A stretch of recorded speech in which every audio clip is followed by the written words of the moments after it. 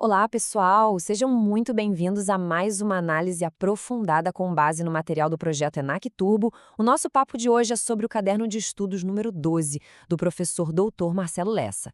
A gente vai desvendar uma jornada fascinante, sério, como é que um simples terreno se transforma legalmente num apartamento novinho em folha pronto para morar.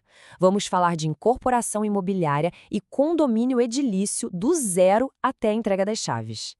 Então, vamos direto ao ponto sem enrolação. Como é que é possível comprar com total segurança jurídica um apartamento que, por enquanto, é só uma promessa no papel? Parece um quebra-cabeça bem complicado, né? Pois é exatamente esse o desafio que a estrutura legal da incorporação imobiliária se propõe a resolver. Ela foi criada para ser um verdadeiro escudo de proteção para a venda de imóveis que ainda nem saíram do chão. E a resposta para esse quebra-cabeça, a peça-chave, tem nome e sobrenome: incorporação imobiliária. A ideia de planta baixa jurídica é perfeita, é exatamente isso. É o projeto legal que organiza e torna possível todo o processo de construção e venda de unidades que ainda estão, como a gente diz, na planta. A lei até define a incorporação de um jeito que parece simples, construir para vender. Mas o pulo do gato está nos detalhes. Não é uma venda qualquer, sabe? É um negócio jurídico super complexo, que envolve a venda de uma coisa futura, algo que ainda vai ser construído. E no centro de tudo isso, como um maestro de uma orquestra, está a figura do incorporador. É ele quem se responsabiliza por coordenar, construir e, no final, entregar a obra prontinha. E aqui, atenção máxima. Temos a regra de ouro, o que o professor Lessa chama de primeiro mandamento.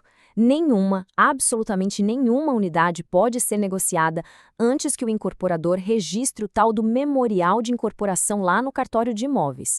Negociar sem isso não é só um erro administrativo, não. É uma contravenção contra a economia popular. A proteção de quem compra começa exatamente aqui. Tá, mas o que faz esse memorial ser tão poderoso assim? É que o artigo 32 da lei, olha, não tá para brincadeira. O incorporador precisa provar que é o dono do terreno, sem sombra de dúvida. Precisa apresentar um caminhão de certidões para mostrar que não tem dívida escondida. Tem que submeter o projeto arquitetônico já aprovado pela prefeitura, detalhar cada centímetro do prédio nos quadros técnicos e, pasmem, até entregar um rascunho das futuras regras do condomínio. É uma devassa completa para garantir total transparência e seriedade no projeto. E atenção aqui, pessoal, porque esta é uma clássica pegadinha de concurso. Esse registro do memorial não vale para sempre, não. Ele tem um prazo de validade, 180 dias. Se em 6 meses nenhuma unidade for vendida ou a obra não começar, o incorporador é obrigado a atualizar todos os documentos para poder voltar a negociar. É um mecanismo de segurança para manter as informações sempre frescas, sempre atuais. Certo, então o memorial protege o negócio no papel. Mas e o dinheiro de quem compra? E se a construtora quebrar por algum outro motivo que não tem nada a ver com a obra? É aí que a lei cria uma verdadeira fortaleza financeira para proteger o investimento. Vamos entender como essa muralha é construída. Essa fortaleza se chama patrimônio de afetação. E a lógica por trás dela é simplesmente brilhante. Funciona assim: o terreno, a obra e todo o dinheiro do projeto são colocados numa caixa separada, juridicamente blindada do resto do patrimônio da construtora. É como colocar o empreendimento inteiro dentro de um cofre. Se a empresa tiver outras dívidas ou, no pior cenário, falir, os credores não podem tocar no dinheiro e nos bens daquela obra específica. E este slide mostra perfeitamente o poder dessa blindagem. Primeiro, a incomunicabilidade. As dívidas externas da construtora simplesmente não conseguem furar o escudo que protege a obra. Segundo, é a prova de falência. Se a empresa quebrar, o projeto não entra naquele bolo de bens que pagam os credores, a chamada massa falida. E o melhor, a criação desse escudo é simples, basta uma anotação, uma verbação, no registro do imóvel. E a extinção, hoje em dia, é automática. Assim que o comprador registra a propriedade em seu nome, a proteção para aquela unidade específica se encerra, porque ela já cumpriu seu objetivo. Bom, até agora a gente falou da fase de construção, da promessa, mas e quando o prédio finalmente fica pronto? Aí, a estrutura jurídica muda de figura. A gente sai da incorporação e entra na fase do condomínio edilício. Vamos entender direitinho como essa transição acontece?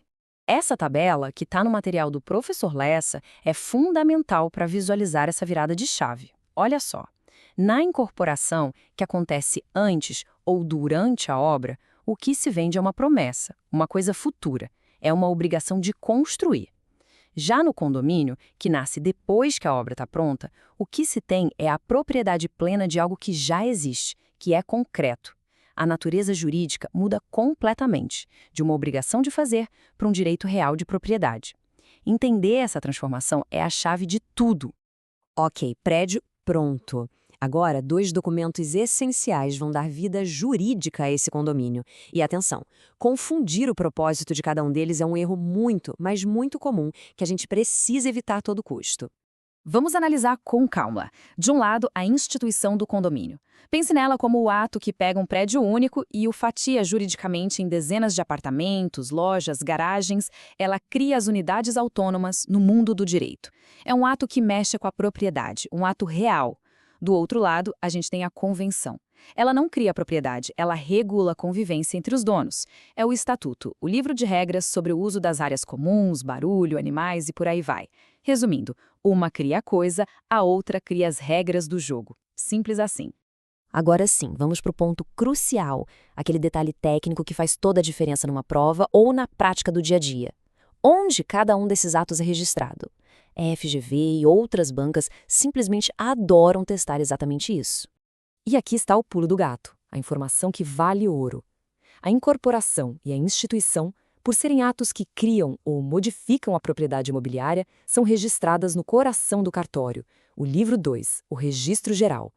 Já a convenção, o livro de regras, por ter uma natureza de norma, de estatuto, vai para o livro 3, o registro auxiliar. Guardem isso. Livro 2 para o que é propriedade, livro 3 para o que é regra. Memorizar essa distinção é absolutamente essencial para o sucesso. E o professor Lessa encerra o material com uma citação que resume perfeitamente o nosso tema de hoje. Com a sabedoria se edifica a casa e com o entendimento ela se estabelece. É exatamente isso. O conhecimento jurídico é o alicerce para que o sonho da casa própria se estabeleça com total segurança e solidez. Então, para finalizar, fica a pergunta que resume tudo e que serve como uma ferramenta de análise mental. O ato em questão está criando um direito de propriedade ou ele está apenas regulando a convivência? A resposta para essa pergunta vai dizer exatamente qual a natureza do ato e, mais importante, onde ele deve ser registrado. É a chave para desvendar todo o sistema.